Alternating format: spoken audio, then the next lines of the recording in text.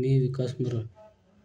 गेल्या शनिवारी सिंहगड रोड फनटॅमकडून मी प्रायझा सिटीला चाललो होतो.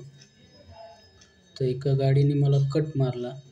प्रायझा सिटीचा छोटासा म्हणजे अरुंद ब्रिज असल्यामुळे त्या ओढ्यामध्ये मी खाली पडलो आणि त्या ब्रिजला ग्रिल वगैरे सपोर्ट असं काही नव्हतं. त्याच्यामुळे मी खाली ओढ्यात पडलो.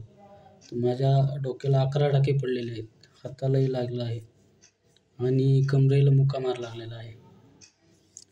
तर मी असं कोणासोबत अपघात होऊ नये म्हणून महेशदादा पोकळे यांना मी विनंती करतो की तुम्ही लवकरात लवकर याच्यावर काहीतरी ॲक्शन घ्यावी. धन्यवाद.